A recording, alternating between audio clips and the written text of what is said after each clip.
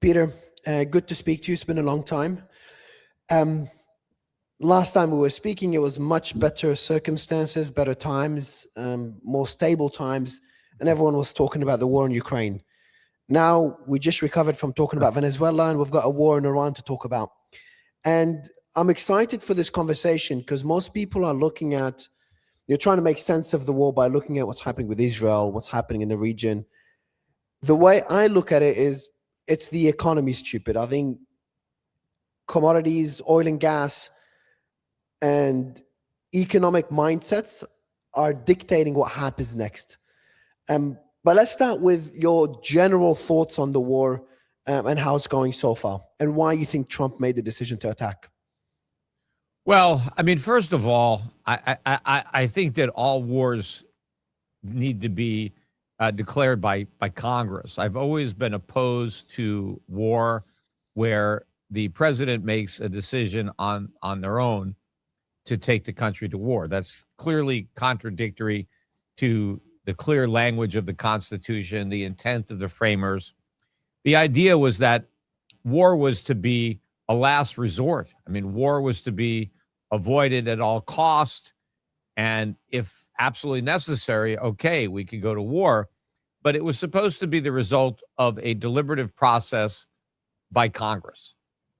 So one individual could not just decide, hey, let's go to war. We didn't give that kind of power to the president. Yes, the president is the commander in chief of the army, but that doesn't mean he can command the army into a war. Congress needs to declare the war. And then after that, yes, the president commands the army in a war that Congress has authorized, but the president cannot take it upon himself. Now, some people think, well, you know, we have the War Powers Act. We have a lot of history of presidents committing U.S. troops into combat engagement without a declaration of war. And in most of those cases, it's a kind of a surgical attack. Either it's in response to a threat where somebody has attacked us, or a particular attack is imminent. Or if you go and look at what Trump did, 6 months ago, 8 months ago, with taking out the installation that was supposedly working on nuclear weapons. Trump, authorized the bombing of that. But it was not a war. He made it clear, look, we just want to take this out, and that's it. We're not going to do anything else. You can go about your business, Iran. We're not going to, this is all we're doing. So please don't retaliate. Don't do anything to escalate this. We don't want war. We just don't want you to have these nuclear weapons. And we thought we needed to take this installation out. And you can even argue that it's an act of war, but Trump's goal was not war. Trump's goal was, we just want to get rid of this. In fact, when he went in to Venezuela, he said, this is a police action. We need to arrest this guy. He's a fugitive, right? It's not war. We're just trying to help the government arrest this criminal. And so there was a justification there. But if you look at what Trump has said about his goals, his objectives with what's happening with Iran, he wants to completely obliterate the entire government. He wants to destroy all of their military capability. And he wants to allow the people of Iran to select an entirely new government from the one that they have now, right? So he wants to get rid of the government, get rid of the military. That sounds like war to me, right? It's not like and so he should have run this by Congress. And when people want to say, well, we needed the element of surprise, that's a bunch of nonsense. I mean, we've been talking about this. It was obvious something was going to happen. The troops were moving around. I mean, I'm sure Iran was not surprised that they were attacked. Maybe they were surprised by the day. They might not have known exactly when they were going to get attacked. But I think it was pretty obvious that something was going to happen.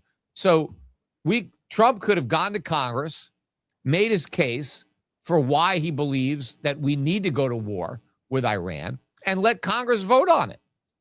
If Congress had voted on to go to war, I would at least say, okay, yeah, we're allowed to do it.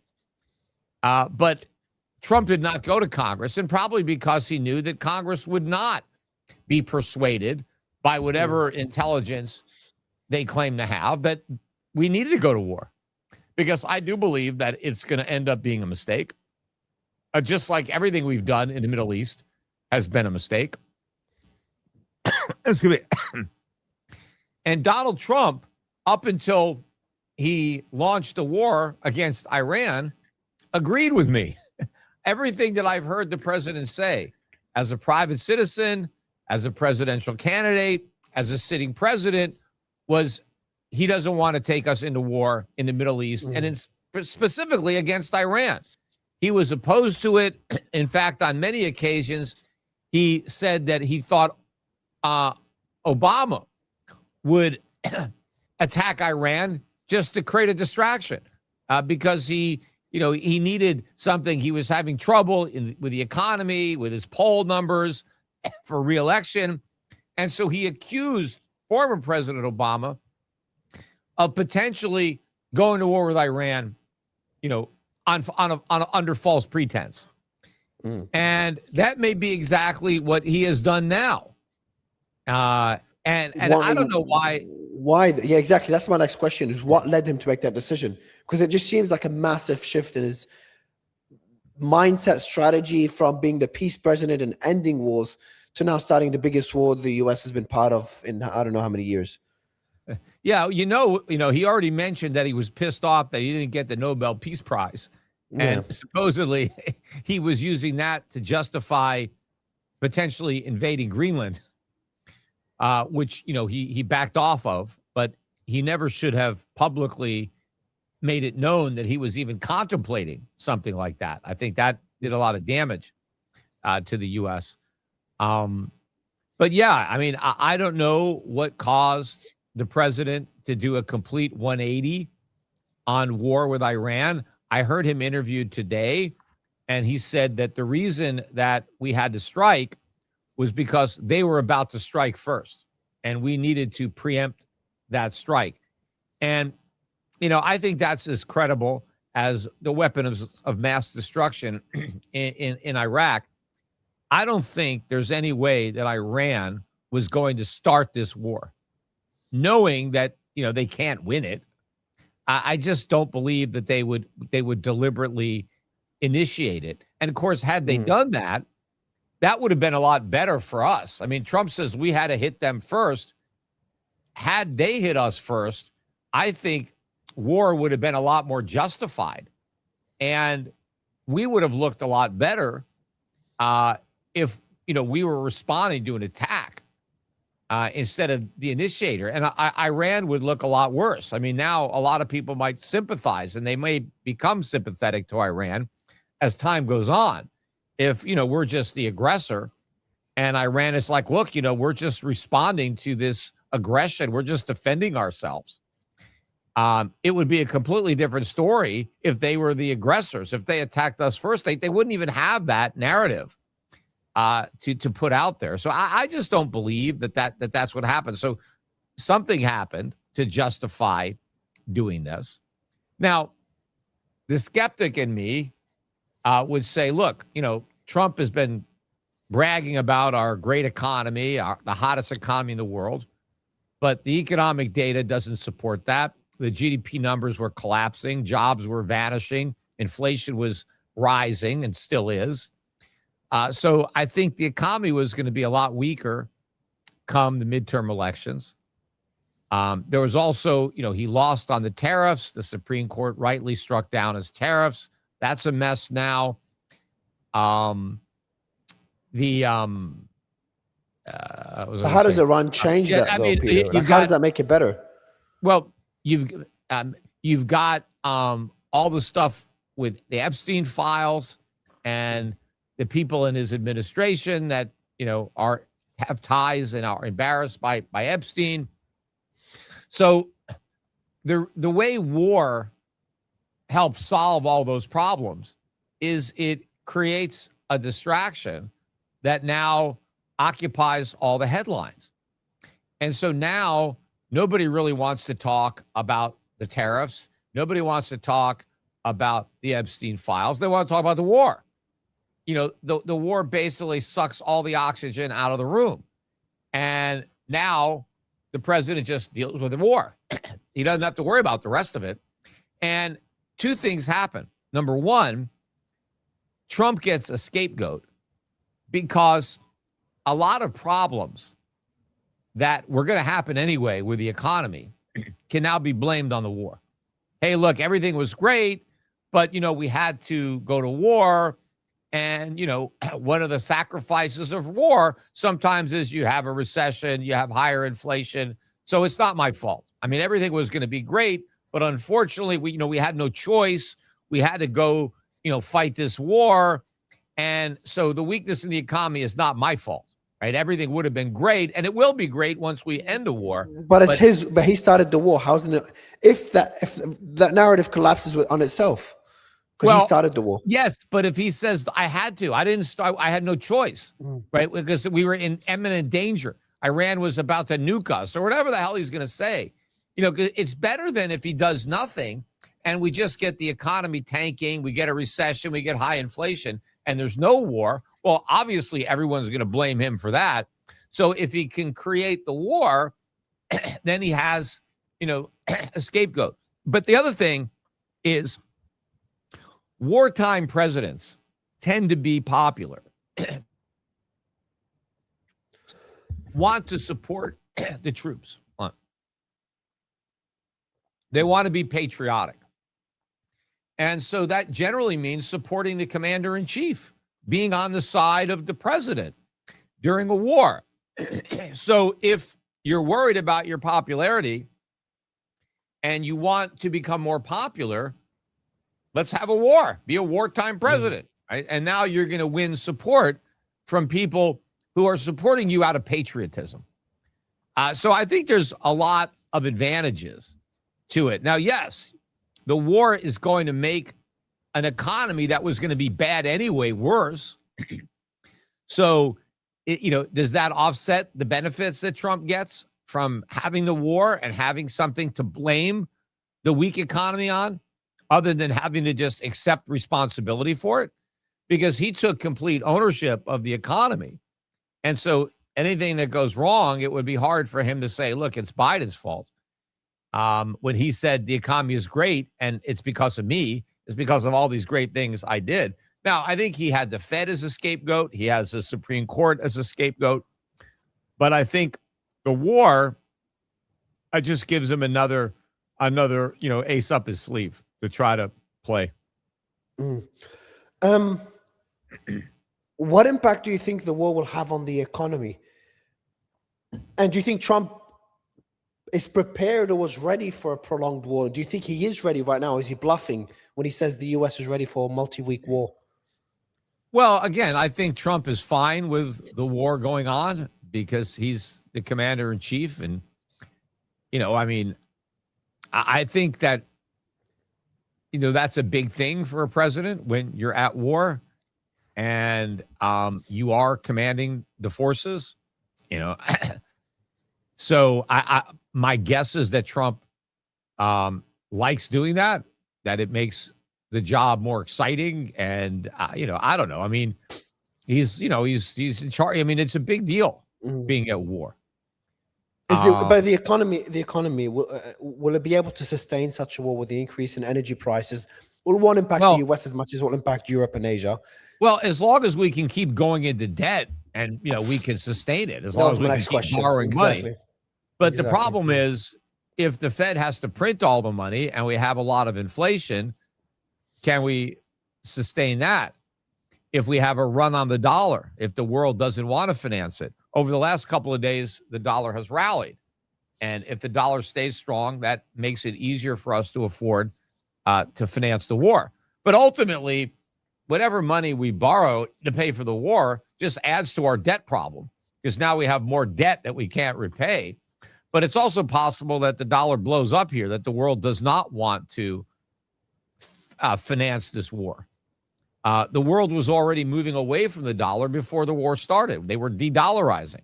That's why the price of gold got, was at 4,300 before we launched the war, or 5,300.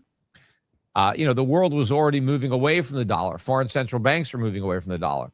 Now, it's possible that this war slows down the exodus from the dollar, but it's also possible it speeds it up.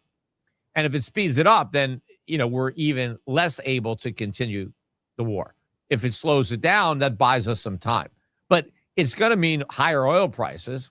That's a certainty. How much higher, it's hard to say. They could end up being a lot higher. And obviously that's problematic, unless you're an oil company. But if you're a typical American consumer, and you're already struggling with things being unaffordable, they're going to get a lot more expensive.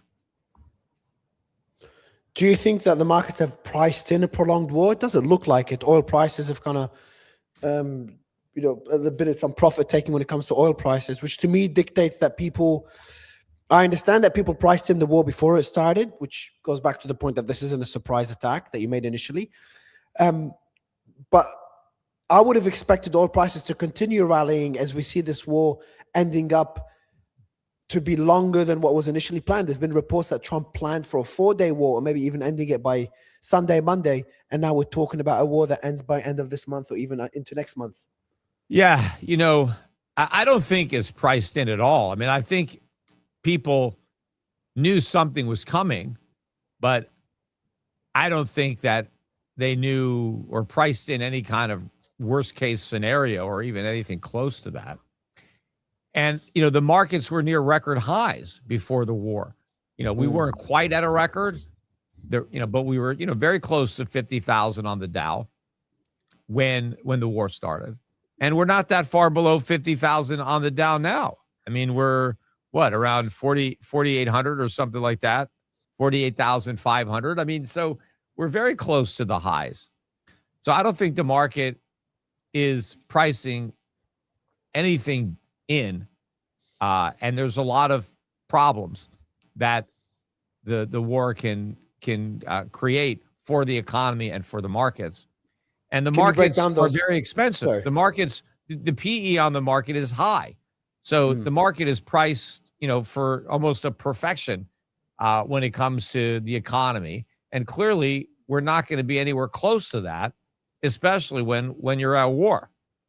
Even if it's a war with, an opponent that we obviously can beat. But the question is, how long is it going to take to win? And what is victory going to be anyway? Because Donald Trump says, he wants to completely obliterate the government so that a brand new government could be formed in the vacuum that we create. But I don't even know how we do that just with dropping bombs. I don't know how we do that without sending troops on the ground. And how long is that going to take? And then the problem is, let's assume we completely get rid of the current government and just leave it up to the Iranian people to pick another government. How do we know they don't pick one even worse? Yeah. I mean, very, very good point. I mean, it's like, they overthrew the Shah and they got the other Ayatollah, the first one, and he turned out to be way worse than the Shah. Yeah. So, and then they got this guy that we just killed. But the next guy, I mean, there's an expression, the devil you know, right? So we're looking at a devil that we have no idea. But I know this, that after we finish bombing them back to the Stone Age or whatever, and we start killing a lot of people, and a lot of the people we kill are not going to be soldiers. There's going to be a lot of civilian casualties. There's that school that got bombed with like 160 kids or something. Yes. Which is heartbreaking. Yes. And those kids have brothers. Those girls have brothers. And whatever their opinion of America was before their sisters got killed, trust me, they think a lot less of us now. They're going to be a lot more likely to get recruited to be a suicide bomber or something. I mean, they obviously have an axe to grind now against the United States. So we create a lot of enemies. When you poke into a hornet's nest, and look, there's a lot of ways you can get stung. So I don't know what kind of government is going to replace the one that's there now. But I would not bet that it's going to be very friendly to the United States. Yeah, well, we're seeing, Trump and his administration are talking about regime change, Peter, but the images we're getting are the complete opposite. Literally, in my feed is popping up right now of people chanting in the streets. But unlike January, this just came in now on my feed as we're speaking, and there's a lot of these. This is a video of them just chanting on the streets. I'll let the producer play it on screen. But it's people are protesting, but not like in January, Peter, where people are protesting for the death of the regime. People are protesting and calling for revenge after the death of Khamenei. So this is doing the opposite of what the intention was in January and what Netanyahu and Trump are calling for. So when I look at this from a... Yeah, I think that when you do that, I mean, as I said, we attack them. We start dropping bombs on them. And now, they now want to come, to the aid of their government, even if they had problems with them before. Yeah. It's their own patriotism, their own, we're the big bad Satan that's flexing our muscle, and we're invading this country. They can now take the high ground, which is why, you can say, look, why wait for them to attack us? Well, I don't think they were going to attack us, but if Trump was right and they were going to attack us, we would have been in a much better position fighting back than I believe we are in now. There is no political analyst that would tell you right now that Iran wanted this war. Iran is already dealing with an internal revolt. They're already dealing with a crumbling economy. The foreign minister kept saying, we don't want this war, we don't want this war. Even the day before the attack, Oman's foreign minister said that Iran accepted all the concessions when it comes to their nuclear program, including sending their enriched uranium to the US. So yes, Iran did not want this war.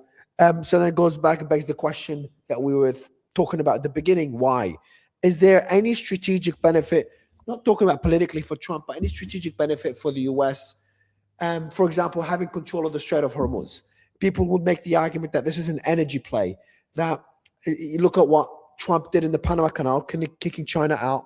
Look what he's trying to do with Greenland, trying to control the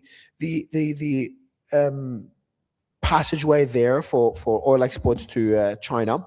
And then look what he did in Venezuela, getting a regime that's more friendly with the US. And he could be doing the same thing with Iran. So then he'll have full control of the Strait of Hormuz, or some control of the Strait of Hormuz, and the one in the Red Sea, the Bab el-Mandeb Straits. And then that would position the US from a strategic perspective, give it a hold on the oil and gas import and exports globally, and be able to pressure China as well if ever it gets to it.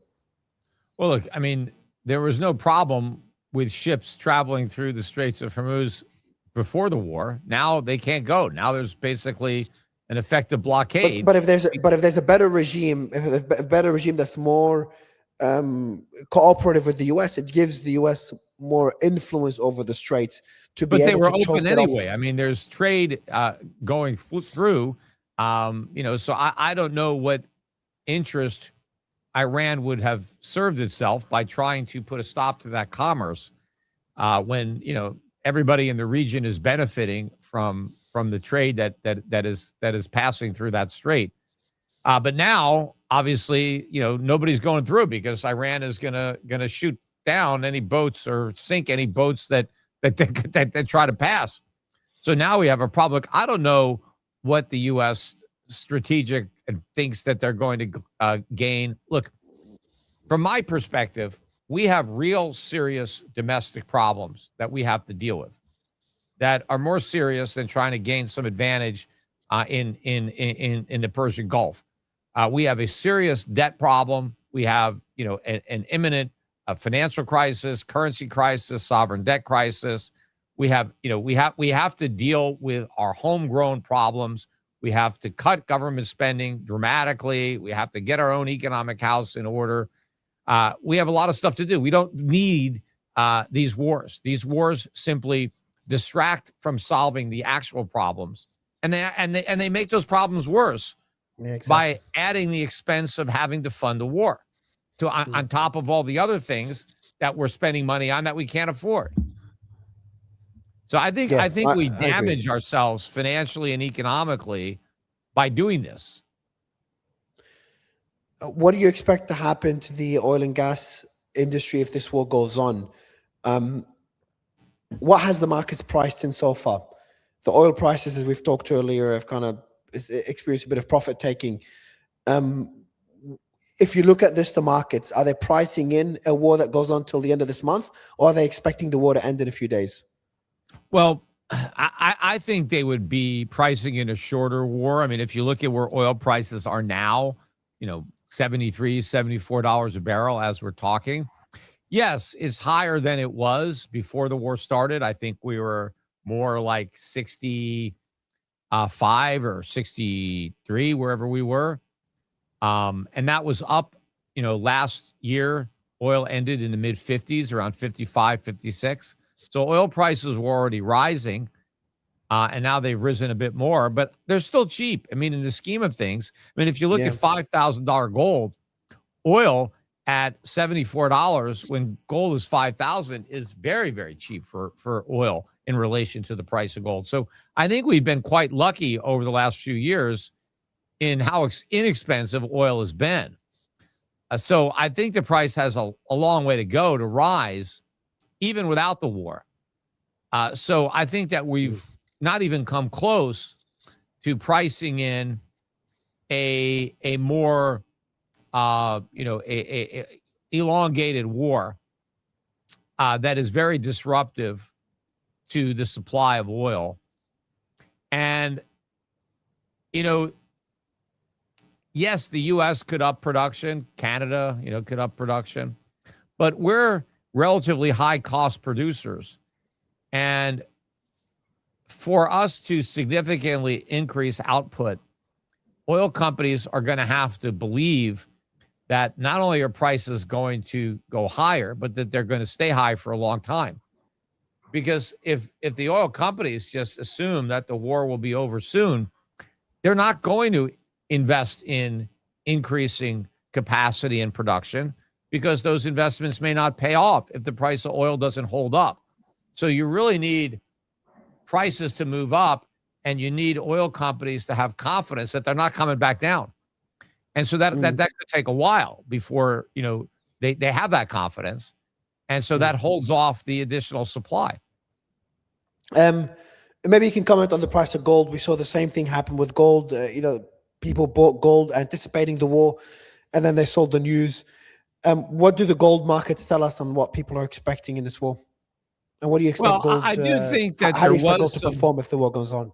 Yeah, I do think that there was some buying of gold in anticipation of some type of military strike against Iran. Yeah. Because I think the Trump administration had made it pretty obvious over the last few weeks that something was going to happen. And the only thing we didn't know is exactly when. The fact that it happened on a Saturday doesn't surprise me. The administration tends to want to do these things when the markets are closed. Yeah. And so always the market, what an element of surprise. Like every country knows it's going to be on the weekend every time. Yeah. Yeah. And so the market, we attacked. And I think that, people who bought some gold in anticipation of this took profits, especially when gold didn't break above new highs. It didn't really get above 5,500. And then, it was only up like $100, $120. That's not that much. And then, it started to lose some of those gains. And I think people are like, okay, I'm out, right? The upside is, the trade's over. And I think that's what pushed the price of gold back down. But you'll notice, it's still holding above 5,000. The gold market to me looks really strong. What's happening now is just a bunch of noise. It's just short-term trading. But I think the long-term fundamentals for gold were very strong before the war, and the war just makes them stronger. So the reasons to buy gold are stronger than ever now that we've thrown the war into the mix, because the war is going to be good for gold. mainly in that the war will lead to higher inflation, not because it pushes up the oil price, but because the war will push up government deficit spending to pay for it. And the Fed will print money to cover that cost. And so we're going to get more inflation. Wars always result in governments creating more inflation to pay for them because in many cases, the wars are unpopular. But even if a war is popular, one way to make it unpopular is to tell the public they have to pay for it and then raise their taxes. Say, hey, we need to raise your taxes because we need money for the war. Then a lot of people are going to say, well, I don't really like this war. Not if I got to pay for it. People think they get it for free. So what happens is you have a big expensive war, but the government doesn't raise taxes. In fact, sometimes they cut taxes during the war. And now where does the government get all the money to fight the war and fund the deficits? From the central bank. And then you end up with much higher prices. And so inflation is how you end up paying for a war. And so that's good for gold. I mean, if we're going to have more inflationary fiscal and monetary policies, more people are going to buy gold. That's just the main reason you buy gold, is to escape inflation. Yeah. Well, talking about gold, last question for you, Peter, is that you debated the founder of Binance a few months ago in December. A lot has happened since, and obviously crypto is not doing too well with this war. What was the outcome of the debate, and what do the markets now tell you about the argument you were making back in December? Well, gold has gained a lot of ground relative to Bitcoin over the last few months since I had that debate with CZ. But the purpose of my CZ debate was not really to debate Bitcoin versus gold, although he tried to turn it into a, Bitcoin gold debate. But I was there to debate Bitcoin versus tokenized gold. Because I think tokenized gold actually solves the main problems that Bitcoin is trying to solve, only a lot better. Because Bitcoin is supposed to be just like gold, except more liquid, more portable, more divisible, more fungible, more verifiable. But all of that is true with tokenized gold. I can transact in a gold token, which represents ownership of gold. So if I want to conduct commerce in gold tokens, if I want to be paid, or if I want to pay, if I want to send or receive gold, and I do it with a token, I can do that much easier than I can with the physical gold. I don't have to be in possession of the gold. You and I don't have to be in the same room. I don't have to shave off a small amount of gold from my big bar. If we agree that we're going to engage in commerce and I'm going to pay you, 3 grams of gold, I just send you 3 grams of gold. I don't have to send the actual gold. I just send the digital representation of ownership of that gold. The gold sits in a vault in Switzerland.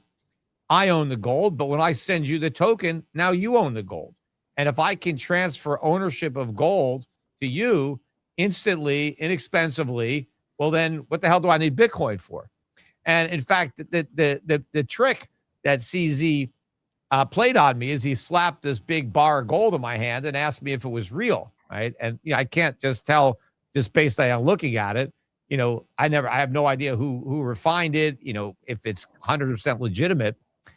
But if it was tokenized gold, I could know instantly if it was legitimate. It would be on a blockchain, and I would know if it was a legitimate token. Now, would I know that the gold that backed it up was real? I would know from audits. I would know from the reputation of the issuer. I would know from the independent audits that verify that the gold that they claim to have on deposit is on deposit. So there's all sorts of ways that you can verify. You don't have to simply trust. But in a free market, companies compete for their brand, for trust. I mean, trust is a valuable asset that businesses will strive to defend and protect. And so if you lose the trust of the public, you lose all that goodwill. So I wanted to debate that, but we really, it really kind of got lost as we were talking. I haven't watched it. I'll check it out. I saw the virality of him giving you the gold bar, but I didn't check the debate. But Peter, it's a pleasure to speak to you. I'd love to have you on the show again, and hopefully under better circumstances. Thank you, sir. Yeah, well, hopefully, I hope for a quick end to this war, even though I'm opposed to it, and I don't think it's going to end well.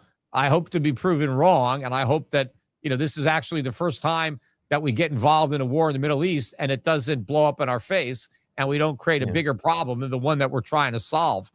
I just, I'm very skeptical based on our track record. Yeah. Well, I hope so too. Thank you, Peter. Take care.